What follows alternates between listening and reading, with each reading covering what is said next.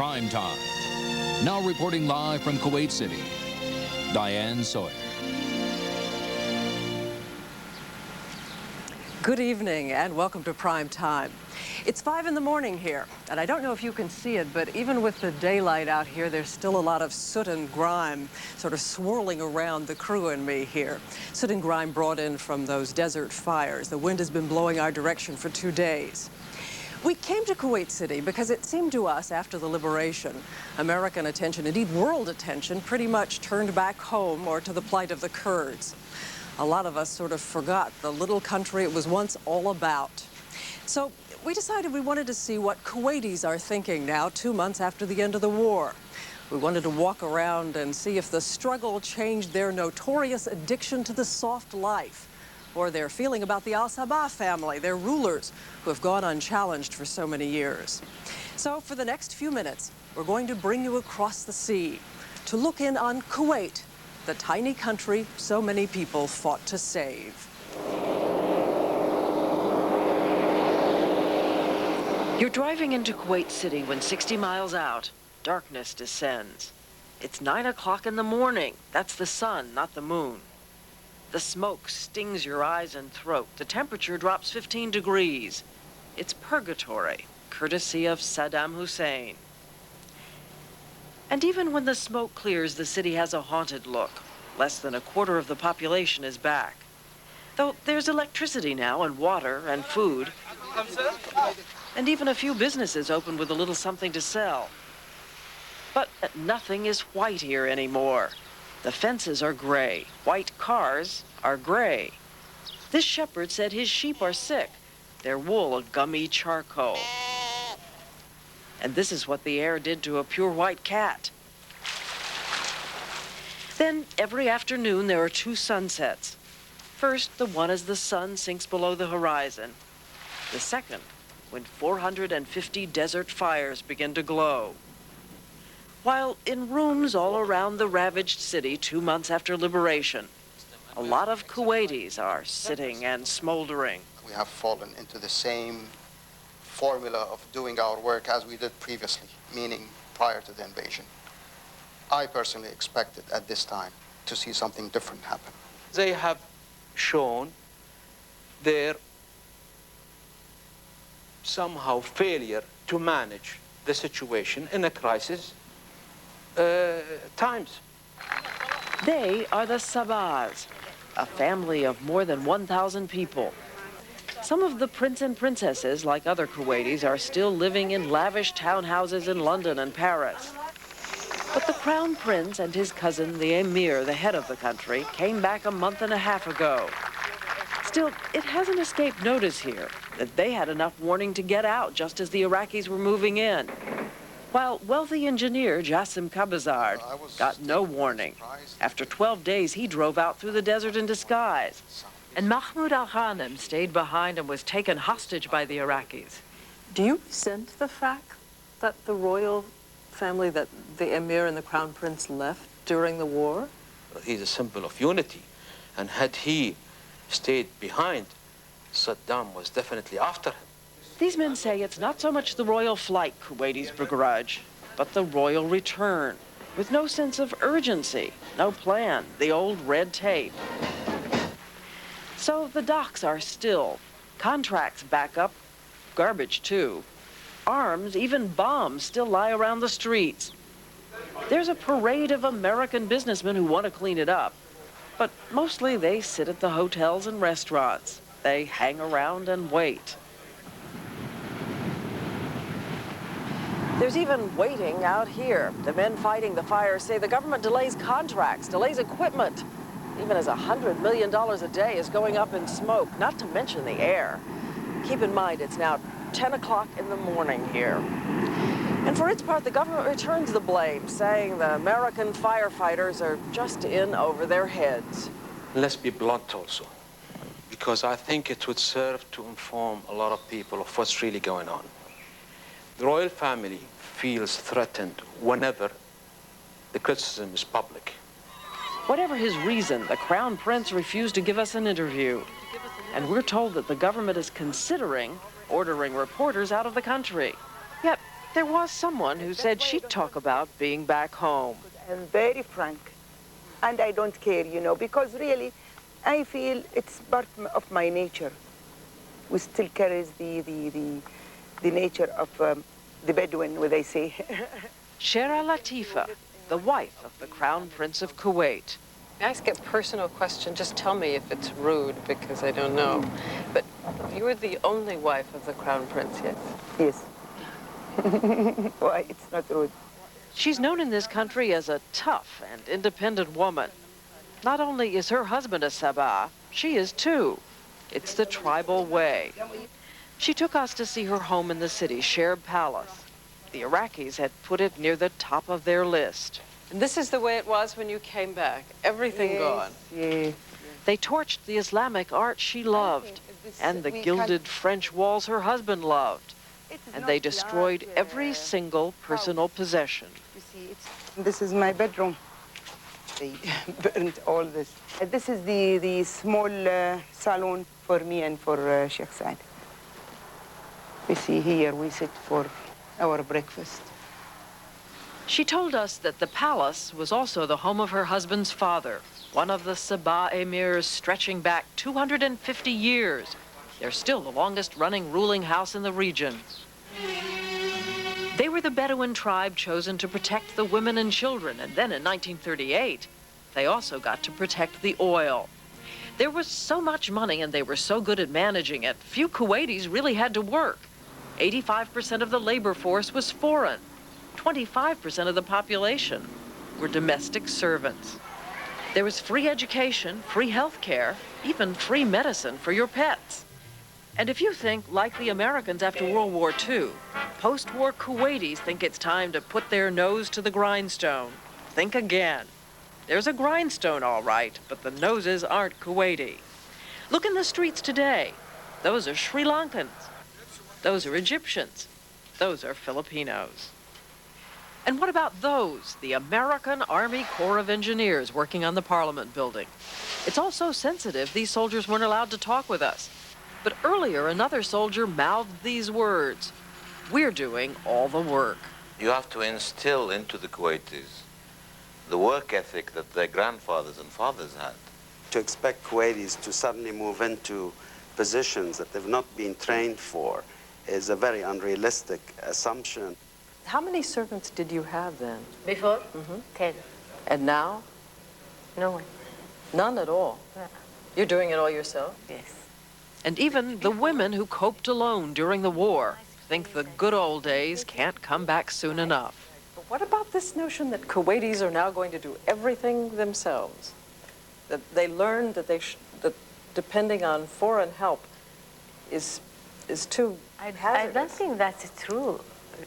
You don't think they've changed? No, I don't think so, because everybody now looking for the servants. But Americans were hearing that Kuwaiti women weren't the only ones who wanted the good life back.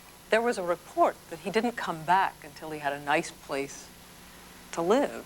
Let's not look at it from a completely Western value and pass a judgment accordingly. This is what they're talking about. Pictures, reports saying that the first work done in liberated Kuwait was fancy fixtures for the Emir's palace. The Sabah say reporters got carried away, that this isn't a palace. The Emir has never lived here. It's a conference center where other members of the government temporarily live, work, and receive foreign visitors. Did you and your husband care how you lived when you came back? I didn't care where. I thought I'm going to live in tent. Our house is not different from other Kuwaitis, wealthy people. And on that, she may be right. Here, the Sabahs are just garden variety billionaires. We have also read that the Emir's personal wealth is about $4 billion. I wish so. That's correct.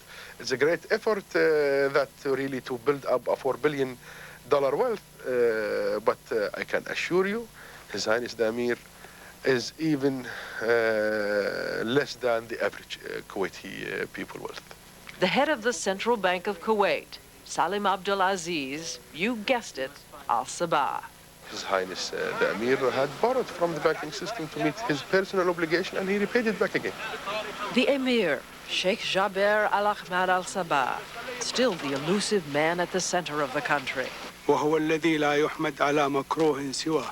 During the war, he managed to make only one shy appearance at the United Nations. He is respected here. He survived an assassination attempt in 1985 and still refused to give in to terrorists. Kuwaitis say he likes to live simply, that he's a religious man. Yet, since the war, they've begun to tell everyone about something else, a kind of national secret. They say the Emir has a weakness for beautiful young Kuwaiti girls. He marries them, gives them a lifetime pension and a quick divorce. The numbers run anywhere from 40 on up. The New York Times saw fit to print it. Saddam Hussein used it as a taunt. In the meantime, the Crown Prince has been chosen by the Emir to run the country.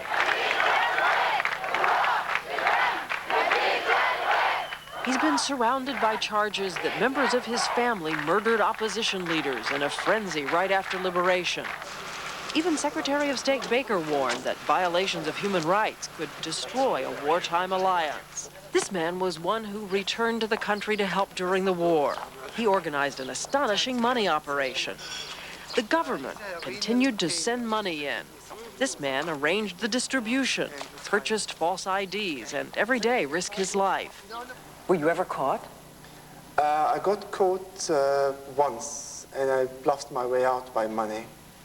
How, by money you bribed your way out? Yes, because I think my father always told me, don't ever leave the house without money in your pocket. So, his name is Ali Salem Al-Sabah. Ali's brother, Fahd, also stayed. He took us to the family home, which the Iraqis used as a torture chamber. And here it's very bad. It still smelled of death. And yet, for all the sacrifices, there's still that image of all those pampered Kuwaitis sitting out the war in London and Paris. Kuwaitis taking their time coming home again, ready to set up their palaces if the foreign help will do the work. A lot of Americans have begun to wonder about the people they were fighting for. And the Sabah, now that the enemy is gone, they have to spend time defending themselves to their friends. Kuwait, okay, even if we're spoiled, okay, even if we're rude or even if this doesn't give anybody the right to kill us or to terrorize us, you know. So the people that fought for us, they fought for a principle, for human beings.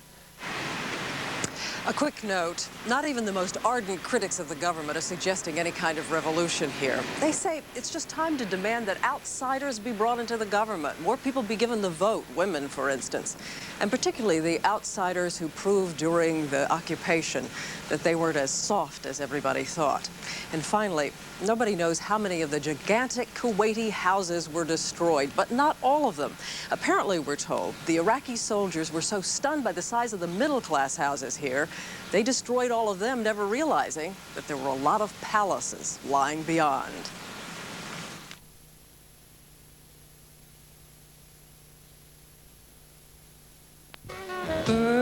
Correspondent Charles Krause interviewed Salwa and Badria Al-Ghanim, members of one of Kuwait's wealthiest and most prominent families. At the time, Salwa's brother, Mahmoud, a businessman, had been taken hostage by Iraqi soldiers.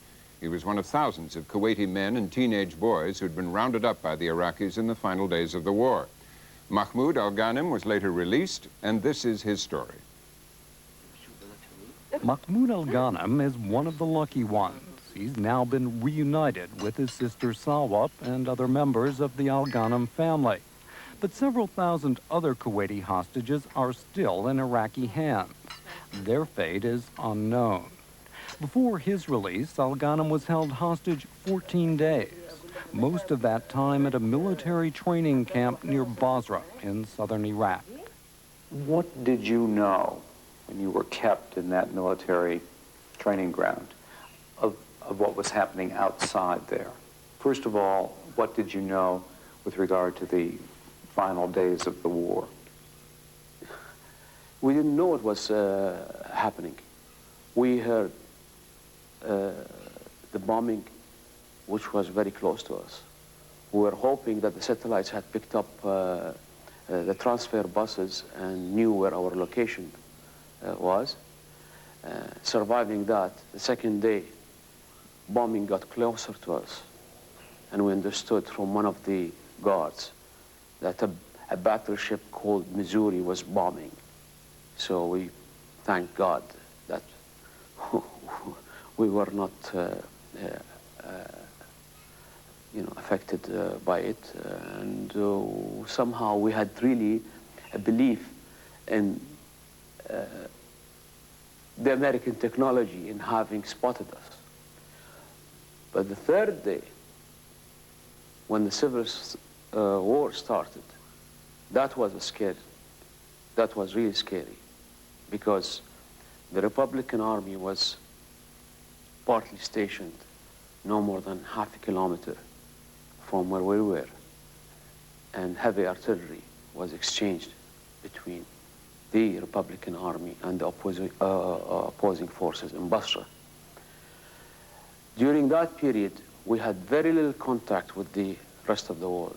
And what were conditions like in that camp? Terrible, the least to say. We occupied a space no more than 60 square centimeter, which is in feet 4 square foot. We were alternating sleeps, no food, no water. And actually the results today came of the test. Total dehydration of our system. Many got sick with dysentery. No facilities, toilet facilities. The whole human element with these forces was not existent. They really seemed to be enjoying what they were doing. They were worse than the Gestapos as we've seen them in Hollywood movies. When did you first realize that there was fighting between the Republican Guard and other units of the Iraqi army? When in effect did you realize a civil war was beginning? When the bombing stopped and the artillery started, and we knew that if it was the Allied forces camping right outside our camp, they could have freed us. That not taking place, we knew then the forces were fighting. The Iraqi forces were fighting. There have been reports, conflicting reports out of Basra. At one point, it seemed that the opposition was doing well. Then more recently, the reports are that the Republican Guard seems to have taken control of the city back from the opposition. What is your sense? We heard an estimate from some people who were at the hospital that on the first day of the fighting, some 5,000 people died. And the pharmacist friend of ours who had taken the sick to that hospital saw what the perimeter of Basra looked like. It were just skeletons. You know, all the walls were demolished, homes were demolished, smoke coming from every place. But the bombing continued for 5 days. Heavy. And then there was a lull. And then there was sporadic. So we assumed that the opposition was crushed. When you were brought back to Kuwait by the Iraqis, you were dropped off at the border. And there was no one there to receive you, as I understand it. And in fact, there have been accounts that many of the men who were with you became quite angry.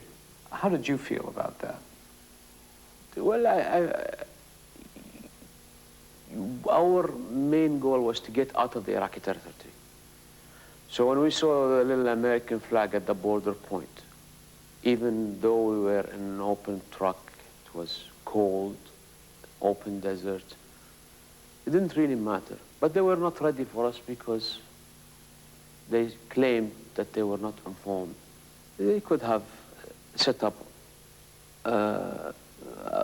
more appropriate accommodation in the form of tents, because we were kept in the same clothes. We had not taken showers for 2 weeks. We were filthy. and a lot of us were sick. And so it was rather disappointing. But amazingly, see, we had taken it with a good heart, but when it took over 8-9 hours, and then asked so many questions, even after presenting our documents, some of us had lost their documents, so frustration started. So about 200 of us protested and started walking that distance from the border to Kuwait City, which frankly I don't blame them. And I truly feel that our government should have been more ready for us to receive us. Do you think this government is demonstrating, is failing in this situation? This government is not only demonstrating its total incapability to deal with the situation, but unfortunately is trying to dictate its own terms of how to deal with the reconstruction of Kuwait. In other words, dealing with the mentality of abundance as Kuwait was before the invasion, dealing with the same mentality of reconstructing Kuwait. And this cannot be. This just cannot be. If you ask anybody on the street, any Kuwaiti who has stayed behind and defended this country, he will tell you he has no faith, none whatsoever, with the present government. You got back from the border when? Friday morning? Friday morning, yes. After a 14-hour journey that covered 135 kilometers. What did you say to Salwa when you first saw him? Big hugs, big hugs. And then tell them here I'm still in one piece, maybe totally dehydrated, but still in one piece. Because I think we were really lucky that we weren't physically tortured. Maybe the number acted as a preventive against that physical torture. Because as I said, it was 3,500, 4,000 people. So they couldn't have had the time to torture us physically.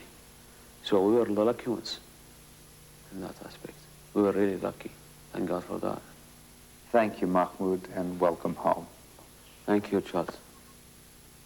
The Committee for a Free Kuwait says about 1,500 Kuwaiti hostages have been released from Iraq prisons so far. An estimated 7,000 are still being held.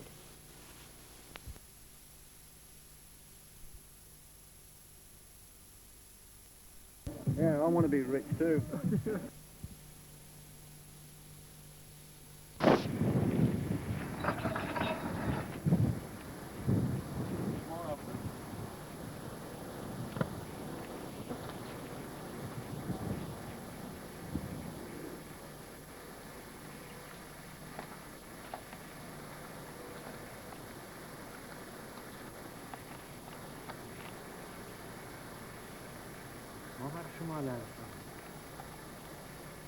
I don't know of what was inside, and they just dumped it here.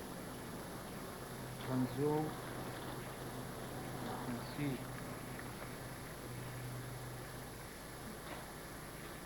the barbaric action of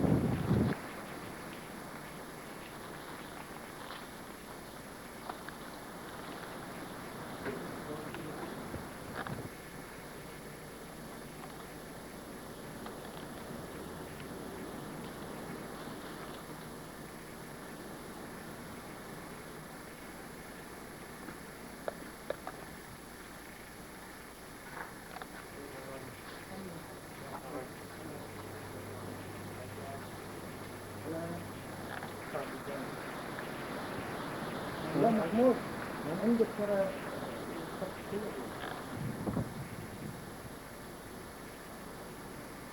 This is the laundry room? Yeah.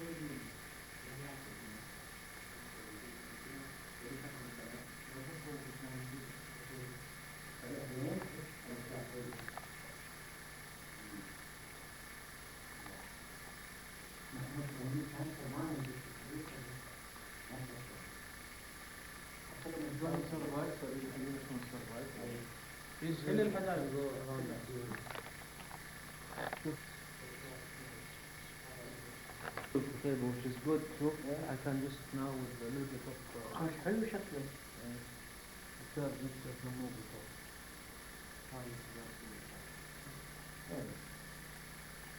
محمود محمود لا تعال وش مني قبل تعال شوف الناس العاد ما كسروا ها الباب العاد ايه اللي هم راح يعوضون الشيوخ عوضهم رجل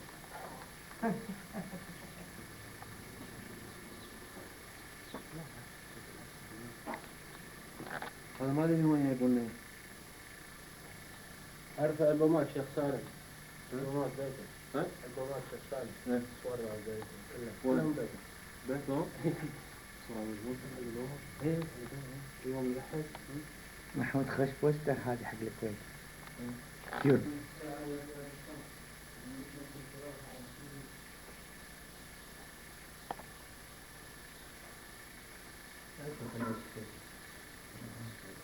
لا ما بس يا ابو هذا محمود الحين انا مو مالك مو مالك هاي اقول ما عاد يفهم اساسا لا ما يفهم ما في شنو